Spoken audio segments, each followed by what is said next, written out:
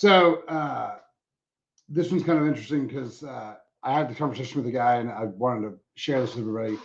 I see this a lot. And so it was one of those things I want to make sure that we threw out. So what happens a lot of times is that someone will connect me with one of their friends. They'll be like, hey, man, Ted's having a real big issue, or Susan's having this big issue and nobody can figure it out. So I want them to talk to you. I'm like, cool. So I get one of those the other day. Guy comes in, doesn't come in, it's telemed. So talk to him for a minute. I'm like, all right, send me all your labs. He was like, I got all my labs done. I was like, cool, send them to me. And normally what happens is that when I hear that, people have trash labs from someone who doesn't know what they're doing. This guy didn't. This guy apparently went to somebody who knows what they were doing. Fasting insulin was on there. Cortisol's on there. It was great. Free test, all the stuff. So I look at it, and it's like, I almost want to tell everybody who this guy is because I was super impressed with everything's great. It's the first time I've ever seen blood work where I was like, your test is where it's supposed to be. Your hormone, your insulin's low. Like everything's perfect on this blood draw. And he's telling me about this, this back pain he's got. And we go back and forth for like, I don't know, a little bit. And I finally asked him, I'm like, have you seen a chiropractor? And he was like, yeah. And he was like, I did. It didn't work. And I was like, oh, all right. So we go back through some other stuff and like nothing's making sense. And so finally I go, all right, hold on, let's start over. And I was like, let's go back to this chiropractor thing. And he's like, yeah. And I was like, tell me about the chiropractor thing that didn't work. And he was like, well, I went in, got adjusted. He's like, and it felt better for a little bit. And he was like, but the next morning I woke up and it was still there. Like the pain was back to normal. So he was like, so it didn't work. I was like, oh, that's my bad. I didn't go into the chiropractic thing. And so I asked him, I was like, well, do you take anything? And he was like, yeah, I take Advil for it. And I was like, cool. And when you take the Advil, I was like, does the pain go away? And he was like, yeah. Now what happens when it, 4 or 5 hours later when the pain comes back? And he was like, I just take another Advil. I'm like, so you do the Advil multiple times? And he's like, yeah. I was like, okay. I'm like, that's how you got to look at the chiropractic thing. So this guy works out. His test is like 900 on a trough day. Like everything's great about this thing. But what he didn't understand, and we talked about this, I was like, the reason your back hurts is because the muscles are weak. And he was like, man, I don't know about that. He's like, I work out every day, like 7 days a week. He was like, my training protocol is great. Guy looks great, the whole deal. And I was like, how often do you bend over and touch your toes in your workout? And he got quiet and he's like, I mean, I do deadlifts. And I was like, not really the same thing. Oh, how often do you do deadlifts? And he was like, once a week. I was like, cool. All right, here's the thing. What ends up happening, I tell everybody this, I'll tell everybody this again.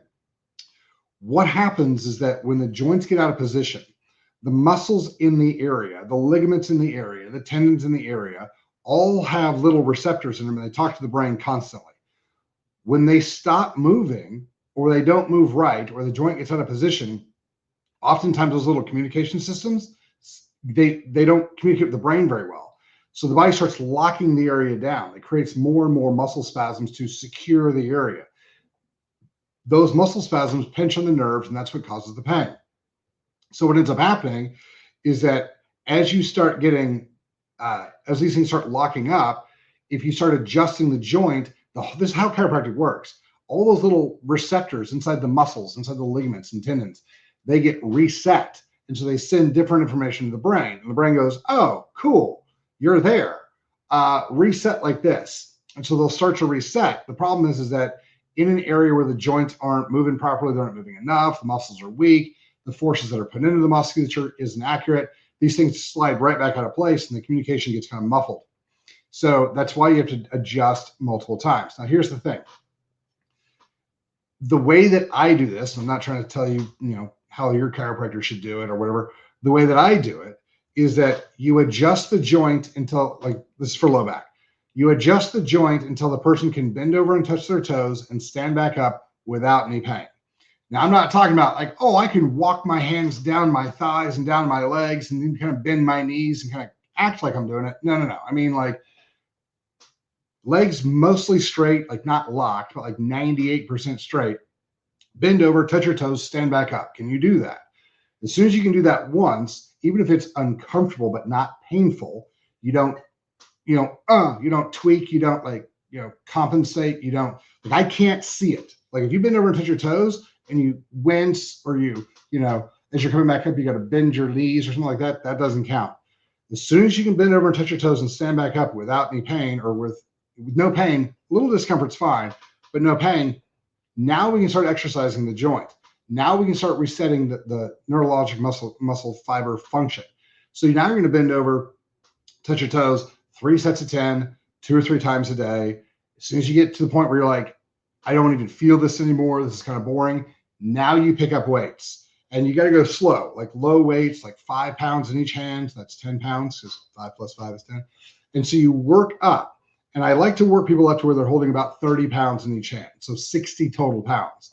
And the reason I want you to be able to bend over and pick up 60 pounds is because everything is heavy. It's heavier than you think it is. Like people ask me all the time, like they'll come in and they'll bend over and they'll hurt their back. And they'll be like, I just bent over to pick up a pencil. How much could that pencil have weighed? And I'm like, in my case, that pencil weighs about 140 pounds. And they're like, how is that? I'm like, because you didn't lift up the pencil. You lifted up the pencil and everything from your belt buckle up. And the thing is that if you bend over like this, the forces here are really, really high. It's like a long lever arm. The physics on that are really, really, really, really impressive if you look at them. One of my patients, he's a physicist, that whole like computer science guy. He did it, and he was like, it's this much PSI for his body and his height and the whole thing. And he was like, that's amazing. I'm like, that's why it hurts. Here's the thing. You've all been conditioned by the medical system, which, by the way, not medical doctors, medical system, never, ever, for any reason, listen to the medical system. Anything that comes from the NIH, the CDC, the FDA, don't listen to any of that stuff. This whole like never lift with your back is literally the dumbest thing I've ever heard. It is going to create a ton of problems for everybody. You want to train your back so that you can lift with it, because guess what? You can't lift without using your back. This whole like engage the core. Your back musculature is your core. So you can't not lift with your back. So you train your back so that you can lift with it. And so what we'll do is we'll bring people in who have low back pain, disc herniations, whatever it is.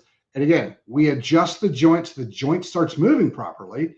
Then we strengthen the musculature around the joint complex. As the musculature around the joint complex gets stronger, now it can function properly. Now you don't overload it. Think of it, this is another way you can think of it. If too much electricity travels through a circuit, it'll pop the fuse. The fuse breaks so that it saves the system. The back starts hurting and you don't use it. You're like, oh, I'm not going to lift with it anymore, to protect the discs, to protect the nerves, to protect the function, because it's not strong enough to do what you're asking it to do. If you think of it your daily life, how often do you bend over and touch your toes? How often do you bend over and pick things up? My guess is probably never, because when I ask this question to people who come in who have low back pain, they're like, I can't remember the last time I bent over and touched my toes, let alone 2 or 3 times in a row. So once you get adjusted and your low back stops hurting, then you start doing these things. It'll build the musculature up. It'll get the joint used to moving in its full range of motion, and it will strengthen it in its full range of motion. Now you won't have back pain in the future. Now, I'm not saying you don't need to get adjusted to kind of maintain, pelvic functions like that, 2 or 3 times a month.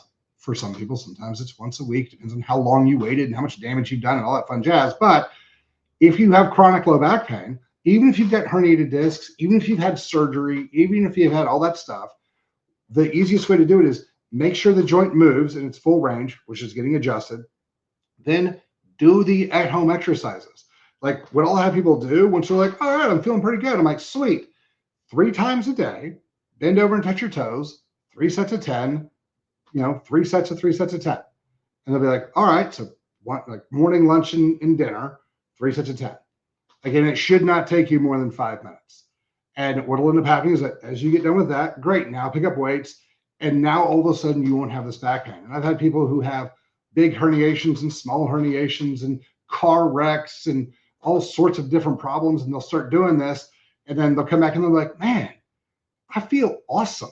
Like my back doesn't hurt. My legs feel good. Like I can get up and move around. Like I feel fantastic. But here's the other side of this. Most of us are sitting all day long. So what ends up happening is that your iliopsoas, your hip flexor muscles, instead of being this long, are this short. And so they pitch your pelvis back, eliminating that lumbar curve, putting extra strain on your low back. So if you'll get up and do this, your hip flexors, your iliopsoas won't be too tight, and everything else feels better. So Jen, the way that's different than a deadlift is like a lot of people will come over and then as they start coming up, they bend their knees and then they lift with the glute. They're not lifting with the quadratus lumboris. They're not lifting.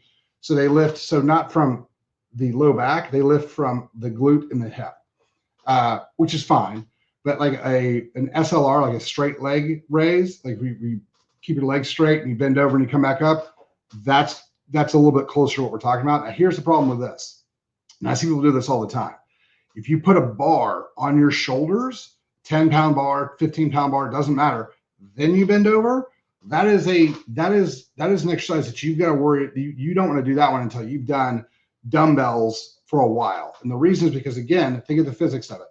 So if your flexion point's here and you're bending like this, that's a long lever arm. And so if you put a weight up here and then you do this, that's a gigantic lever arm that you're going to put tons and tons and tons of force and strain into that low back. And I would be very, very cautious of doing that. The only thing that's worse than that would be a kettlebell swing. You can build your body up to do kettlebell swings, but a lot of people who just go in there and be like, oh, I'm going to do this kettlebell swing. The fling it up, not that big of a deal. The catching it as you come back down, all that force goes snap right there, not a great idea. I've had to send people for surgery for that more often from kettlebell swings than from car wrecks. So kind of keep that one in mind. I'm not saying don't do kettlebell swings. What I'm telling you is that strengthen your back, build up to the kettlebell swing. We're like, well, The Rock does them. And like, well, I don't know what's going on with where he's done all the way up, but maybe he's gotten his where it's supposed to be. I don't know. I've never worked with him. But that's how we do kettlebell swings here. People are like, I really want to do them. We build the body up so they can handle the forces going into it. The vast majority of people that we talk about, the vast majority of people we see are sitting most of the day, and they're never bending over and touching their toes. So if you guys want a really big health tip, and I've said this a lot, set a timer or do it as soon as you wake up, right before you go to bed and at lunch. Just bend over and touch your toes, 3 sets of 10. Once you get kind of done with that, pick up some weights. But that's one of those big things that people are like, I don't understand why my back hurts. I'm like, when did you use it last? Oh, I can't remember the last time I've used it. I can't remember the last time I've been over and touched my toes. Well, of course, it's falling apart because you never use it. So, but that would be the thing. I would highly recommend that before you guys start doing this, you get adjusted and you stay adjusted, especially if you're a woman. Y'all's pelvis is designed to have babies. If it's not where it's supposed to be, we're in a big pile of trouble right there. Oftentimes when we get women who had kids and their pelvic floor is all messed up, we got to start not only with low back exercises and that type of bend over to your toes, but actual pelvic floor strengthening stuff as well. So, but that's really where it is. And so if you're seeing your chiropractor, great. If you're seeing your chiropractor and not doing any exercises, especially if you don't hurt that bad, you're missing out on the biggest piece of it. So do those exercises, start moving, and that'll help quite a bit. If you guys have any questions, hit us up, questions@chalmerswellness.com, or drop them in the comments. I'll talk to you guys later. Have a great day. Thanks for your time.